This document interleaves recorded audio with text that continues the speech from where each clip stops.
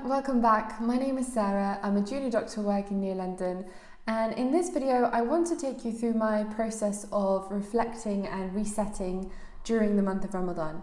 Now, we are more than halfway through at this point, and I'm sure we're all at different places emotionally, mentally, spiritually. I don't doubt that a lot of us feel like we haven't done enough.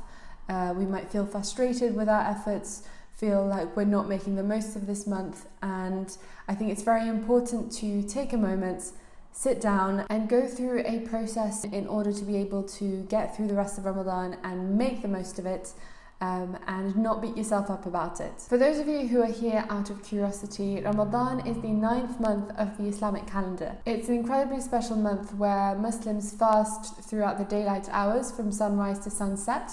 And they do that in order to be able to connect to God and have a closer relationship with Him. The focus of this whole month is a spiritual reset. Throughout the year, we might feel overwhelmed with all sorts of things, from exams to work, family tensions, just life basically. And we might feel like we are fitting our spirituality around our daily responsibilities. So this might look like, squeezing a 5-minute prayer in between jobs in the hospital. During Ramadan, we try to make sure that these spiritual practices become the core of what we're doing in our day, and that we fit everything else around it. It's a bit of a perspective change. It's a different focus. And hopefully the aim is that we come out of this month a better version of ourselves, with a stronger relationship to God that will carry out through the year with the little consistent habits that we've built. So I've broken down this process into 6 tips, so to speak. They're not in any particular order, although the way that I'm going to talk about them I think make logical sense. Pick and choose the ones that you find helpful. But before I talk about these 6 points, I just want to remind us all of something, which is that we have all been blessed with this month of Ramadan. It is a gift that we are still here today, and we are able to enjoy these days and make the most of them. There are so many people who do not have this opportunity. And I think before we start to go through a process of reflection and betterment, and understanding what we could improve, I think we all need to take a moment and appreciate the fact that we are living this moment right now, and to be incredibly grateful for this. And no matter how little you get to do, you're still living through these days and you're still making an effort. And that is so much more than a lot of people can even dream to have. I think there's a lot to be grateful for, and to be really happy about. So the number one thing that I do is to reflect. Reflect on how I feel. How did I feel for the last few days, the last few weeks of Ramadan? Do I feel frustrated with myself? Do I feel satisfied with the amount that I've done? Am I incredibly tired because the balance that I've been trying to achieve, it has been unrealistic? Do I feel despair that I'm not going to be able to achieve everything I want? Whatever your emotions, sit down with yourself and a piece of paper and just jot down your thoughts. We all have different goals and aspirations during Ramadan. What was yours? What did you hope to achieve during this month? And how far along have you gotten in this process? What would have made you happy? If this was the last day of Ramadan, how would you feel about the last month that went past? Be honest with yourself, because this is going to guide the next parts of the process. Step number 2 is to genuinely reflect on the main aim of Ramadan. And I don't mean the number of extra prayers that you wanted to do or the number of pages that you wanted to read. We're going to get to more specific goals later on. But as a general concept, what for you makes a Ramadan successful? What is the main goal of Ramadan? And again, that will look different to everybody.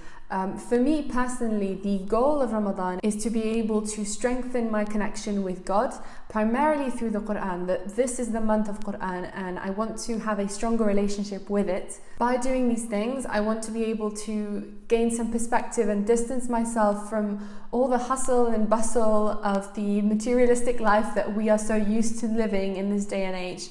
And to focus on my spirituality. Let's not lose ourselves in the numbers game and go back to the original principle, the original aim.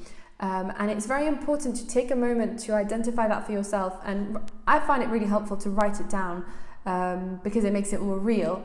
And from that, you can then go on to practical tips and practical things that you will do during this month. In this part, you are also reevaluating and answering a question that you asked yourself in the first part.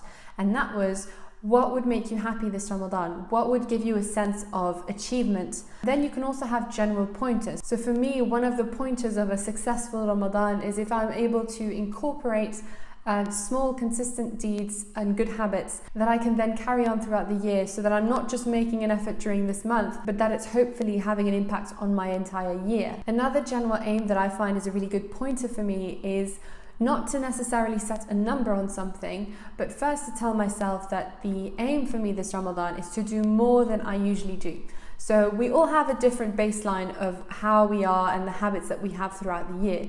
And that includes your spiritual habits. As a general aim, I want to be able to do more than my baseline during Ramadan. So I'm upping my efforts and hopefully carrying that on through after Ramadan. If you stick to these general aims and you manage to achieve the essence of these aims, by the end of Ramadan, even if you've not stuck to a specific number of things that you've wanted to do, as long as you've respected these guidelines, then you should be on the right track. Part number 3 is more practical. So now the question is, how are you going to achieve these general aims and pointers or guidelines, whatever you want to call them? It's up for you to decide what type of things you want to incorporate. Personally, I think that the number one thing to work on and incorporate during Ramadan is Quran.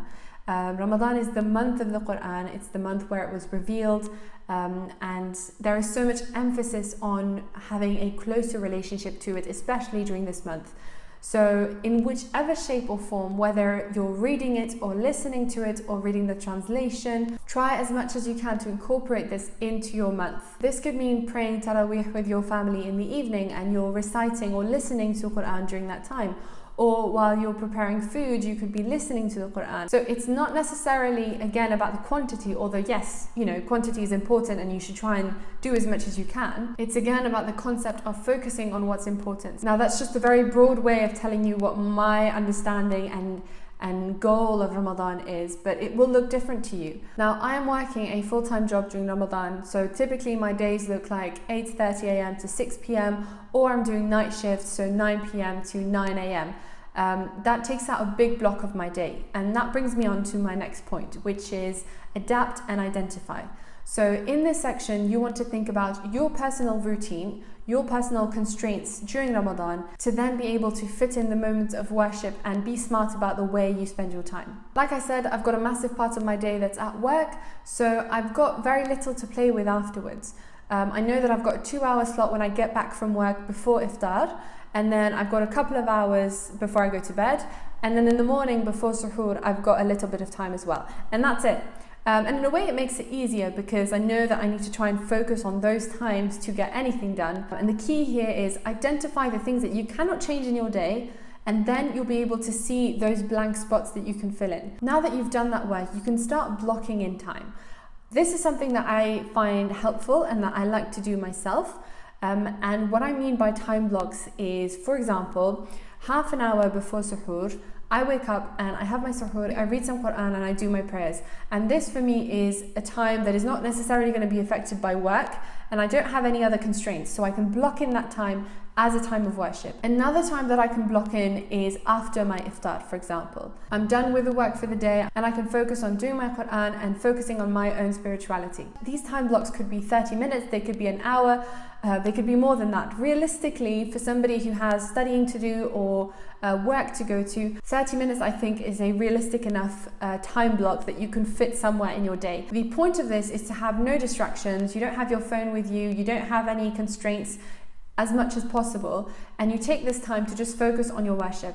And even if it's just one 30-minute slot during the day where you have nothing else to think about, the quality of this time can be incredible. The second part to this is then to focus on little things. So small, consistent habits. This is something I mentioned earlier on, and I try to incorporate these during my day, even when I'm at work. Now this is not easy because if you're busy at work and you're stressed and you're tired, you might just even forget to do them. But as much as you can, try and incorporate tiny little things like doing your adhkar or making dua while you're going about your day. So for example, I've got a 10-minute walk to the hospital. During that time, I try to do nothing else but do my adhkar. So I'm going about my daily duties, going to work and not shirking responsibility. but I'm still trying to find these little pockets of time. And when I say little pockets, it's literally a couple of seconds here or a couple of minutes there, and that has so much value. It's very easy to look down on those couple of minutes and seconds thinking, well, I didn't do an hour here or an hour there. And we know that the Prophet, peace be upon him, loved actions that were small and consistent. So if you are able to maintain these habits of, saying your adhkar when you're walking to work or when you're cooking, if you're able to continue those outside of Ramadan throughout the whole year, isn't that something that's incredible? The next point is to assess how you're going to measure your level of success during Ramadan. I think it's very important to consistently be in this habit of reassessing, reevaluating and improving. You're never going to have a one-stop reflective moment where you come up with the best plan and live happily ever after. It doesn't work like that. Most important thing is to identify how you're going to measure this. And this is where your general aims from point 2 come back into the picture. So every couple of days you can ask yourself, do I feel like I am strengthening my relationship with God? Am I doing more than my baseline throughout the year? Am I doing small consistent habits that I'm able to carry on throughout the year? And if you don't, then reevaluate, see what went wrong. Are your aims too high? Are you focusing on the wrong things? Those are just the ones that I mentioned, but whatever your general aims are, as long as you're regularly reflecting on how you're doing compared to your aims, then you'll always be moving in the right direction. And finally, the last and most important point that I want to mention is to trust in God. You might think that you're a failure and that you're not doing half as much as you should be doing during Ramadan. But remember that God is way more merciful than you or me put together, and He has different standards. We might judge ourselves against incredibly harsh standards, and if we don't achieve that, then we belittle ourselves and go into a negative cycle. But I think it's important and humbling to remember that not everything is in your hands. The effort is in your hands. You need to try and do your best. And your best may look like a struggle. Your best might feel like a flop to you, but the results are not in your hands. They're in the hands of God. And the way that you're going to feel during this Ramadan and whether you're going to reach the end of this Ramadan, none of that is within your hands. So be humble in your capacity. Don't think that you can do more than you actually can. Do your best and trust in God and think positively of God. Ibn al-Jawzi says, and I'm paraphrasing, that if those in the graves were to be able to have one wish, it would be to have just one more day of Ramadan. And I think that just highlights the incredible blessing of having this month and these next few days ahead of us, and to just be excited about it rather than being afraid of not achieving our goals or being too hard on ourselves. Do your best, but be incredibly grateful that you are enjoying this month of Ramadan and all the blessings with it. And be positive. Be positive for yourself and think positively of God. I think that's really important, and we can often forget to do that. I really hope that this video was beneficial for you. It definitely was for me. If you have any questions or you want to share any positive tips that have helped you or any advice, please do so in the comments down below. Don't forget to like and subscribe, and I will see you in the next video. Bye!